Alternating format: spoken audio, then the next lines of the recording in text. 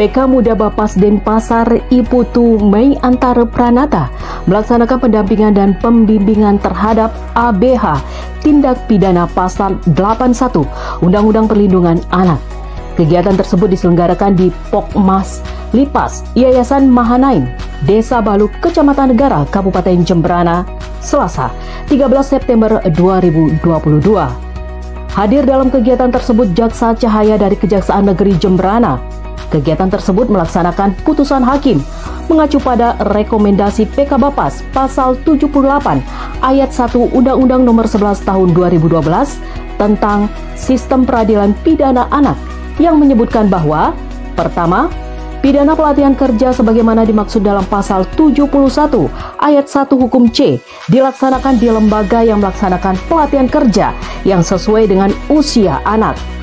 Kedua, pidana pelatihan kerja sebagaimana dimaksud pada ayat 1 dikenakan paling singkat 3 bulan dan paling lama 1 tahun.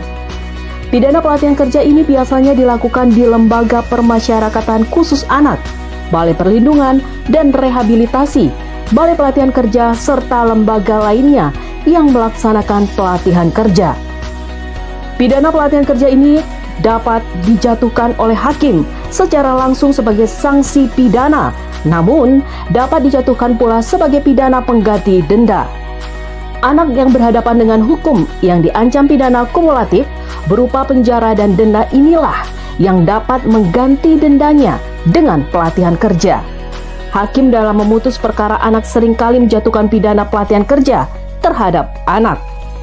Putusan hakim ini ditetapkan berdasarkan tuntunan yang diberikan oleh jaksa, di mana jaksa berperan sebagai eksekutor terhadap perkara anak.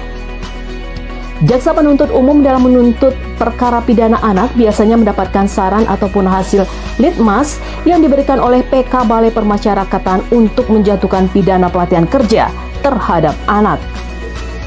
Pidana pelatihan kerja ini disarankan oleh PK Balai Permasyarakatan supaya anak dalam menjalankan masa pemidanaannya tidak hanya memberikan efek jera, namun diharapkan untuk mendapatkan keterampilan juga, sehingga menjadi bakal atau bekal untuk anak di kemudian hari ketika ia keluar atau selesai dalam menjalani masa pemidanaannya.